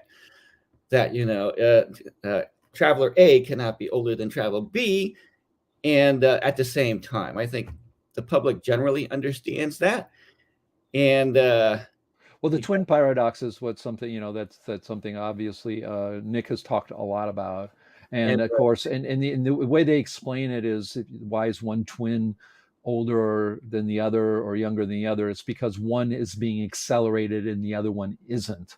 So that's the claim. So the idea of which, because the one simple argument against the time dilation is that, well, where do you put the frame of reference? And that's where they also say that general relativity has answered that question, meaning you have the space time, and if you're moving against that or whatever, that's the right or wrong, that's what their explanations are. So okay. Yeah, well, this is generally one of the areas that as dissidents we need to actually work, I don't know, against, because it's generally speaking not true. I mean, I suppose, as for me as an etherist, I want to actually establish a fixed frame of reference is how I see the world. But if you have people believing, say, in Einstein, who say that there are no fixed frame of references, and I'm not going to pay attention to anybody who says that there isn't, even though it has all these paradoxes. Yeah, I think I understand. Yeah, something that we need to that is actually a serious problem with Einstein being, say, wrong, right? So. Right. Well, I think part of it too is, I think what we're starting to see, at least in the distant community, that the frame of reference is a local phenomenon. You can't sit there, because if you have ether, then is ether if it's moving, is that mean the ether moving, is that now the frame of reference is moving? The Yes, whole thing is yeah. But what I'm saying is, the problem is you're always going to have that problem of compared to what. Even ether has that same problem. So I think the best way to go about it is, I believe that's what Nick had said in a number of his talks, is that it's a local phenomenon. You've got, a movement is a local thing. It is relative. You've got to think of it local, because if you try to go global, and you've got the infinity of the universe, if you believe that, then you can get in trouble. Okay. Well, listen, thank you so much for your comments. I've got some other people in the room here. So if you are interested in coming up again, raise your hand, or I don't see that. Or if you are in the green room, you don't have your video on, and you do want to come on board. And again, if you do want to come on board, you can come through by going to live.naturalphilosophy.org. If you've already been up here and want to speak, you can as well. But I do need to either in the private chat, because if you are in the green room, you have a private chat. So oh yeah, here's a comment from Harry, saying that I've only caused confusion, not insight. So if you want to come up and talk about it, that's great. That's fine. Oh, here he is. He's gonna bring him up. Let's see. Hey Harry, how you doing? David, I really didn't want to get into this conversation, because I think Jerry introduced a lot of confusion, and I think the confusion is kind of part of the point. But in my opinion, the public might be more swayed by the idea of time being something that changes as you you go in a spaceship, and you can go out in a spaceship and come back younger. That kind of violates what the average person thinks of as time. Right. And I think that's one of the reasons why people aren't really comfortable with Einstein's theory. But, you know, there's so many reasons. That's the whole issue. There's more, you know, I'm sure that there are, how many people we have listening to this? I'm sure each one of them can probably come up with a different reason why he thinks Einstein's wrong. Right. Right. And I think the other thing too, what you're talking about time is interesting because we've talked about this for decades, is clock retardation, right? I always talk about time. Well, if your clock slows down, atomic clock slows down, is time slowing down or is the clock slowing down, right? You can freeze a person and somehow say that's time dilation. If I freeze you and your twins living on, you get in this problem of the physicality of what people are claiming to be changing in time. In reality, it's just clock and measure. Well, time dilation actually is a mistake that Einstein made, because when he wrote his 1905 paper, he said that clocks will lose time or that time will be changed. And that's really not a correct conclusion from his theory. His theory says only the observer looking from one frame to the other frame sees the clock in the moving frame that's moving relative to the observer's frame is slow, and that the observer in the moving frame, if we reverse the observers and their positions, then the clock in the other frame is moving slow. Okay, but there's really no change in time at all for the observers in their frames. So how could a twin going out into outer space come back younger than his brother that stays at home? Because that's not a prediction that follows from Einstein's theory. So that's really where, you know, right there you have a problem that's a logical contradiction that's based on a mistake that Einstein made that they never really corrected. Okay. And most people understood him to say that clocks would run slow in his theory. Okay. And then when Dingle came along and said, well, this is absurd because that requires that clock A is the moving clock is slower than the rest clock. And then when we reverse the situation, we get the exact opposite. And so that says that clock A and clock B both have to run slower than each other, which is a logical inconsistency. Yeah, but they make. Hold on. Let me. Okay. My point is that when Dingle said that, they said he was wrong. Okay, but what he was saying was what Einstein's theory actually predicts and actually maintains. But they basically said he was wrong because he basically was asserting that Einstein's paper in 1905 was wrong. Okay. And there's a mistake in his 1905 paper. Okay. He made a mistake. Okay. They won't admit that he made a mistake when he said clocks will run slow. That's not a correct prediction of his theory. Now, anybody wants to go into this, you can go to the channel, The Nick of Time, I think is the correct name of it. Yeah. And we have meetings on, and I've discussed this ad nauseum and okay, this is a mistake. Another mistake is that length contracts. That's a mathematical mistake. It can't do that. You can't have time expanding and length contracting.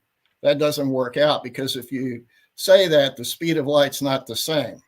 You don't get the speed of light's a constant. In order for the speed of light to be constant, you have a ratio of space divided by time. And if time is dilating, then space has to be dilating too, or else the constant ratio is not maintained. So that's another basic mistake that's in the mathematics of Einstein.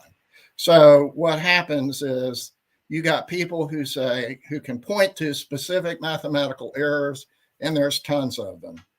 Okay, so they say Einstein's wrong. Okay, why these specific errors have not been corrected in over 100 years is kind of a mystery to people. Yeah, well, I mean, like you said, there have been a lot of different ways that it can be shown wrong. I know I've read a lot. And yeah, and I know, again, go to Nick of Time. I know you guys have been doing some really great talks, much more specific, much more involved, much more, how do you say, detailed, mathematical as well. But yeah, there are mistakes. Dr. Carazani found mistakes. I know Stephen Bryant found other mistakes, logical mistakes, and time dilation is something I agree. What you're saying in general is that time dilation is something that the public can seem to grasp. The twins paradox. So maybe that's one of the things we need to talk about. But again, I'm sorry about interrupting, but my question back to you is their answer back to us is that the twin that is being accelerated is where it's being changed. So it's not a mutually exclusive, that you can't put the frame of reference on either twin and then end up having the same observations because the one twin is being accelerated where the other one is not. Now, I'm not saying that's right. I'm saying that's what they will say. So what would be an argument back to that? Well, the issue here is that you're making a more general statement about how we can convince people that Einstein's theory is wrong. I think that's really kind of a Herculean task.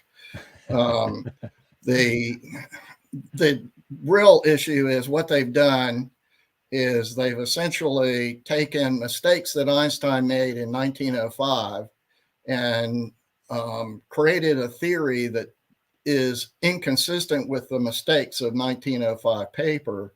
Okay. And the prediction that the twin will be younger is based on a mistake that is in the 1905 paper because Einstein says that a moving clock will run slow. That's not his theory. His theory, if you read the formal theory, his theory says that that's a reciprocal relation. So the observer looking at a clock that's moving sees the moving clock running slow. But that doesn't say that time in that moving frame is slow relative to the time of the observer in the rest frame. That's not what it says. It just says the clock looks slow relative to the observer in the rest frame. But he made an incorrect statement in his 1905 paper that the clock runs slow. The moving clock actually runs slow. Right. Okay. And to me, like I said, it's amazing that they can't figure out how to correct this mistake. And that gets you into the politics of it. If they admit that he made a mistake, then I guess that means the whole edifice comes crashing down. Yeah, exactly. It's interesting too, because in my documentary Einstein Wrong, Peter Marquardt, who happens to be here. Hello, Peter. I am really happy to have you watching here.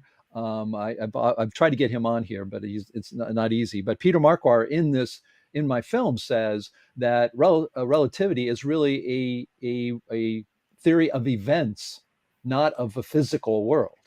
It's really an observational kind of thing. And what you're saying is that Einstein violated that kind of idea when he says that it was actually the clocks themselves slowing down instead of the observation of the clocks. Am I reading that correct? Yeah, it's pregnant with misinterpretation. That's really what the problem is. So what most people do is they read the 1905 paper, and which has got a lot of mistakes in it. And then they think this is a perfect theory based on what he said in 1905, which he tried to correct later in later papers. And but most people aren't even aware of, and so he never really came up with a really perfected theory of special relativity. And that ought to tell you something. He tried to write in 1912 what's called the manuscript, and it's been published. And you can go read that, but it was never published. it's like he was trying to struggle with coming up with a comprehensive theory, but he never could come up with it and finish it and make it perfect. And there are just too many contradictions. He kept changing his mind. In one paper, he'd say one thing, in another paper, he'd say something that seemed to contradict what he said in another paper. And okay, so now we're getting into the weeds.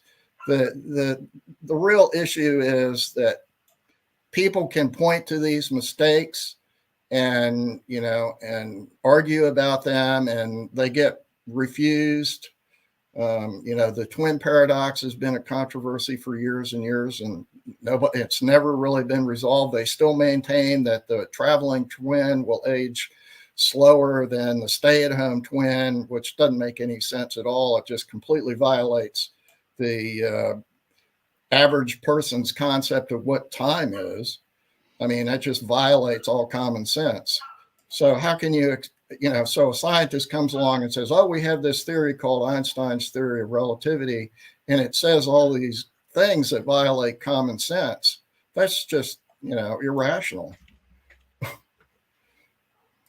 Yeah, well, yeah, absolutely. I mean, when the average person doesn't really. I think the only time it kind of came more into they had actually twins, right? One went to the space station, and the claim was that he was so much, so many, I don't know, microseconds I've younger. seen the astronauts say that. I know one of the astronauts said, I was in the spacecraft and I think it was Space Lab, and he said, well, I'm so many milliseconds younger than I would have been if I'd stayed on the Earth, and I'm going like, oh, that's Yeah, it was actually the International Space Station. I think it was only a couple of years ago, but it was, yeah, they go around now talking about that, but of course well, they're I'm just sure that's been said by astronauts many times. right, that they're younger because they did that. It's just but that whole idea doesn't really make much sense. I mean, it just completely violates the common idea of what time is. So, And what you're saying basically is this is in your opinion, a really good, vital, ample area to try to get the general public to understand that I this is don't know kind of that crazy. I don't know that it's that. I'm just saying that my point is that every year I keep getting emails from people who've written papers saying proving Einstein's wrong. Sometimes 2 or 3 papers, and they get circulated around on the internet. And you read them, and sometimes they've got something new to say. Sometimes they're just basically saying the same old, pointing out the mistakes that other people have pointed out previously. And after 100 years, there's a lot of mistakes that have been pointed out. Right. So the question is, why are people who are intelligent people, who are scientists? We're not talking about people who are dumb. We're talking about people who are scientists, people who are experts in mathematics, people who understand physics, people who know what they're talking about.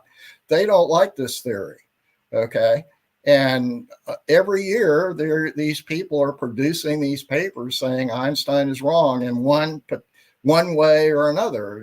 They either who knows what it is they object to, and this includes general relativity, not necessarily just special relativity. So why are people saying this? There's papers being published in peer-reviewed journals, and people go to science meetings and say that the mathematics doesn't really add up in Einstein's theory.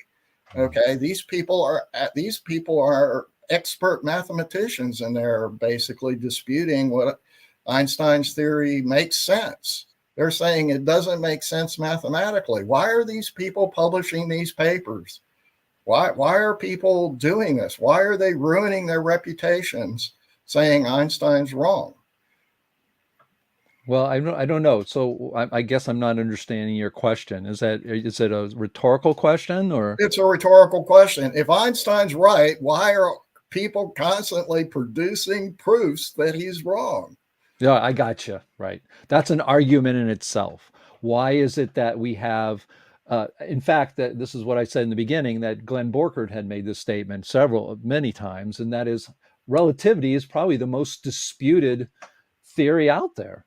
And yet that in itself, I mean, you don't see that against Newton, right? You don't see papers and organizations coming out to say Newton's physics, Newtonian physics is wrong. You don't see that.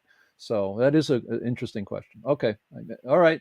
All right. Thank you very much, Harry. I appreciate your comments. And I'm going to bring up, oops, wrong way to do this. Sorry about that. There we go. Another, here's some, I think I've got a couple slides here I'd like to show. And anybody in the green room, please raise your hand if you want to come up and talk. I think we still got about 15 minutes. I just wanted to put a couple other slides up here. Let me see, share. Okay. Boom, boom, boom. Let me get this. Hold on. I made a couple more observations, and it has to do more with the kind of the political side of things, which I think are just as important. And we've all mentioned these things, but I'm going to put some things up here that, here we go. All right, some comments here. I know. Let's see. There we go. Just some ideas. Okay, teaching the public the truth about Einstein. What is wrong? Well, experiments. Look, there are lots of them. Harry, we've got 2,000 papers and books written on this. But for instance, unipolar induction by Francisco Mueller in the 2010, he did an experiment right in front of everybody showing how relativity is wrong. You've got the Sagnac effect in ring gyroscopes that Dr. Cynthia Whitney, with her PhD in special relativity, applied to it, and it didn't work. Karazani's calorimeter experiment, which a couple of students wanted to do for their master's thesis and were summarily told, if you want a career in physics, not to do it. You have math, Stephen Bryant, Ricardo Karazani, other people. These are people I know. There are lots of people. The idea of space-time is kind of an absurd concept. Getting close to the speed of light, mass increase. These are that's sort of weird as well. Here's some other things. Teaching the public the truth about Einstein. Again, explain that it is not too hard to understand, but it's actually illogical and wrong. That the idea of the twin paradox, as Harry said, well, that's a mistake that Einstein said about his work, and even though his work doesn't say that, these kinds of things. Again, I said space-time, mass increases. Flight, the faster than light is desirable, but violated by relativity. That is, if you ask the average person on the street, they really think, yeah, we should be able to go faster speed of light someday. You don't hear them go, no, we can't because of Einstein. So even there's another part of the idea that the public actually wants to violate Einstein's relativity. And of course, the moment we see anything faster than the speed of light, you always get these quick papers and quick ideas out there that, it still doesn't violate Einstein's theory of relativity. The arrogance of Einstein that says this is the way the universe works, instead of really sitting back and experimenting with it. He came up with his assumptions and kind of imposed those upon the universe. And then the entire 20th century of physics became that, which is, we're so arrogant, we're going to just say this is the way it is, and you're not going to argue with us. And this is the last one I think is very interesting here. The theoretical physicists are like used car salesmen or politicians. They have to sell a bad product others don't want to sell. I say that because I've had conversations with Dr. Alexander Unsker about this, and it is absolutely true. And it's hard to get at because physicists don't tell this very readily. But the majority of physicists are not, well, this we know, 99.9% of physicists are not theoretical physicists. They don't sit around, physicists who are, if you got a PhD in physics, you don't sit around discussing the Higgs boson. Most of those people are not real fans of the theoretical side. In fact, experimental physicists, like except for Large Hadron Collider, which seems to be a different, but a lot of the even experimental physicists in accelerators don't subscribe that Einstein's theory is right.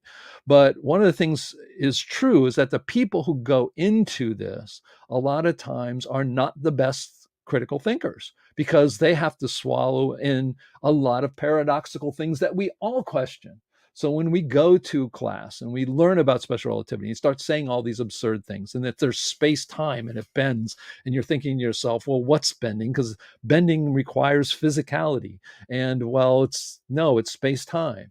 When you really have these really absurd notions of in your head, the only people who are going to buy these are kind of the people who are going to want to get, I'll sell it. I don't care if it's right or wrong. I'll sell it. I'll get my fame. I'll get my position. 50% of the high school students I interviewed said they would forego truth to get their position. So it is true. And Dr. Alexander Unziker agrees that when you talk to these people are knowingly selling a product they inside their gut they don't necessarily believe, but they learn to believe it, and they learn to repeat the explanations, and they get into that world, right or wrong. So I think that's another part that the public thinks that when there's a problem with, like Harry was saying, there's a problem with special relativity, just in what Einstein said. There are problems. We got lots of people showing, talking about those problems. Why isn't it that these people don't look at it and then change? That's what the public thinks. The public thinks that when something goes wrong in science, that the thing that goes wrong, they then look at it, look at their theories, look at their equations, whatever it may be, and say to themselves, okay, either we've done this experiment wrong, we're not explaining it right, or our theory's wrong, we got to change it. And they think that that's what happens. And then when something comes along, then they deal with it. Like Sagnac effect, the light going in around in a circle, to use it as a gyroscope, which Dr. Cynthia Whitney tried to apply special relativity. It failed. When she went back to her professor says, we know, can't do anything about it. Meaning, as Harry says, you publish these papers, you destroy your reputation. Dr. Alexander Unziker had told me numerous times he was not happy with him publishing the Higgs fake, which really pulled the curtain back on particle physics and the horrific way they do science. There's not an engineer at NASA or SpaceX that would go into that, or any software engineer or any engineer in general, who would approve the way they go about particle physics and the way they filter out noise so they get to what they claim is what they're claiming. So the whole thing is this whole area of theoretical physics is really predicated upon the fact that a number of us have kind of agree is that the people who go into it are not the cream of the crop. They're not the best critical thinkers. And one of the questions Harry has said is, why haven't they seen it? It's because the people that have to go against their gut feelings of space-time, of twin paradox, time dilation, mass increase, going against their real common sense. The only people, it's sort of like if you're a used car salesman, right? You've got all these clunkers on the lot, and your good job is to sell a person a car that could blow up, and you know it, but you choose to sell it anyways. That's the state of where we're at. That's, until somebody somewhere in some university maybe goes against that. These people are not the how do you say, the stellar people that people think they are. They think that people are critical thinkers, that they'll literally try to change something. So we do have, again, you want to wave in the room. I've got some people. Oh, Nick is waving, I guess, here. All right. Nick. Hey, Nick. Are you on mute? I think you are. You're still on mute. Okay, now you're good. Okay, I think I can unmute you. Go ahead. The way Einstein interpreted the relativity principle and the way academia interprets it,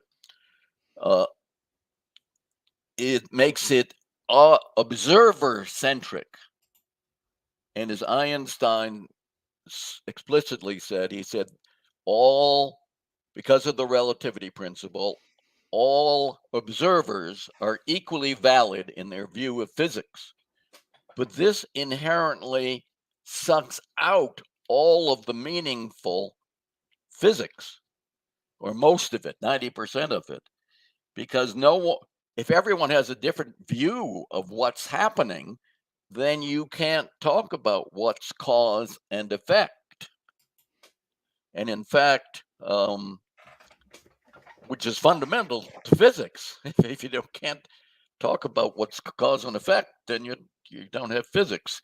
And interestingly, when he did general relativity, he started off with the gravitational equations, but those are not relativistic.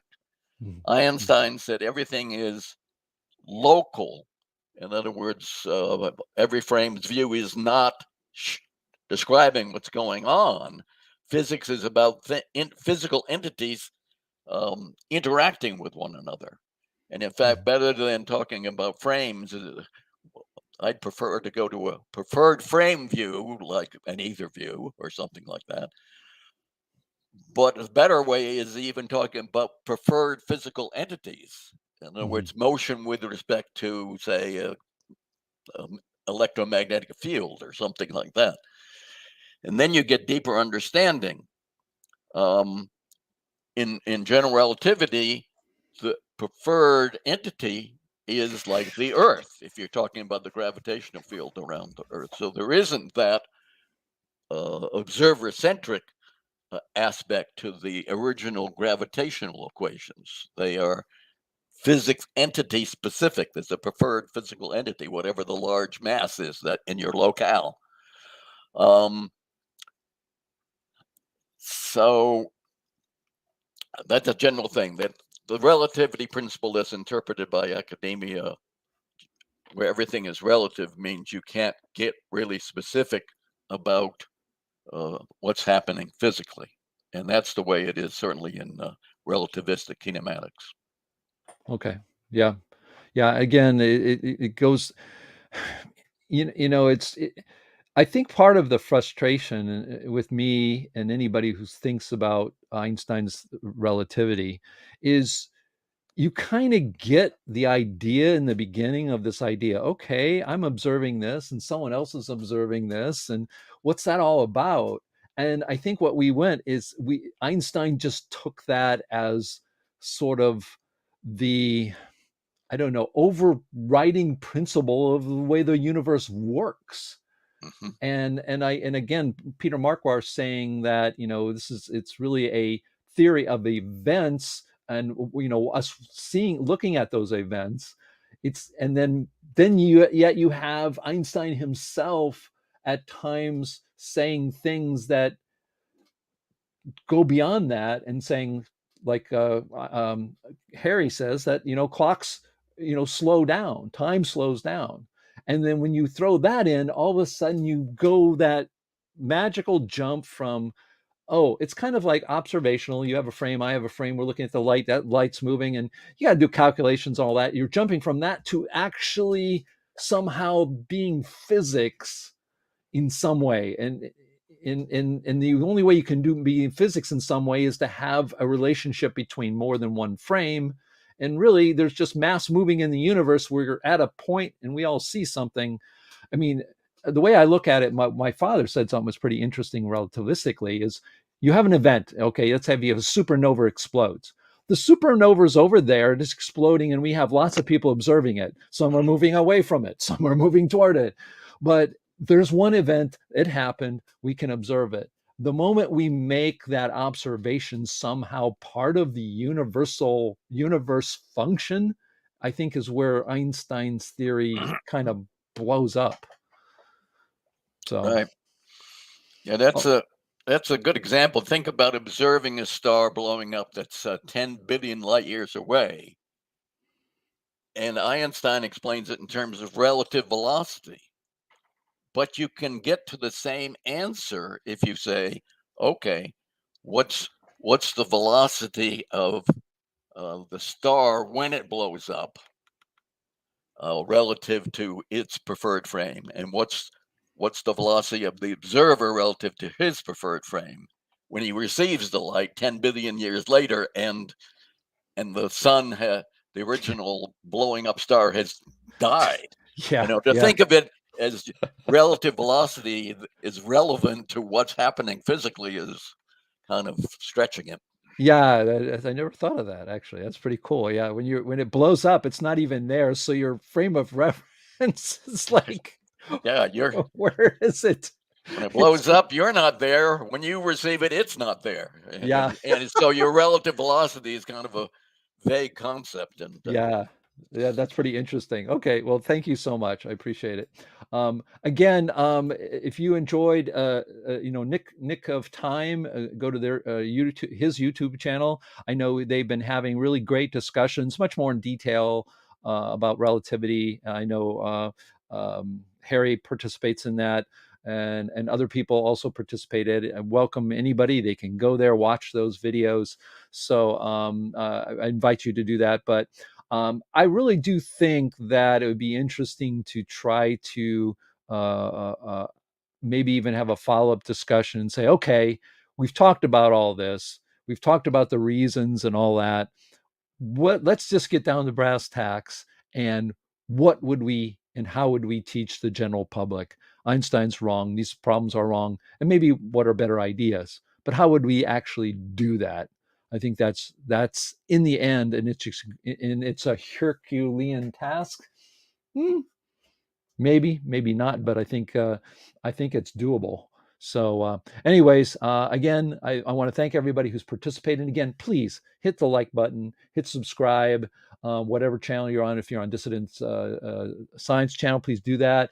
Also, if you're on the CMPS, we're live also to that. If you're on the CMPS Facebook, please put a like to us and subscribe to our channels and to our Facebook page, because that certainly helps. And please do consider donating. Put that banner up here. It's really important to have this continue, because it does cost us money to have StreamYard and and our website and our magazines and all the other things that are involved with it. You can even go back if you want, check it out. I did give a talk on actually the cost of having this organization. So it's very important that you do that, keep this going, and get the word out more, because there should be a lot more people who are critical thinkers watching this, I believe. So thank you so much. I want to thank everybody who was in the green room, who hung around, and all of you watching this. It's greatly appreciated. And as always, we'll take it out.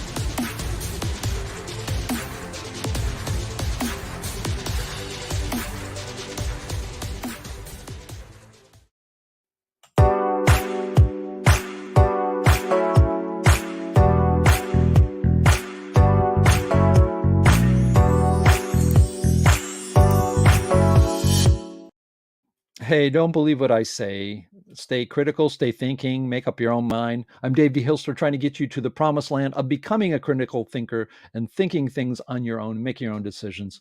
Ciao for now.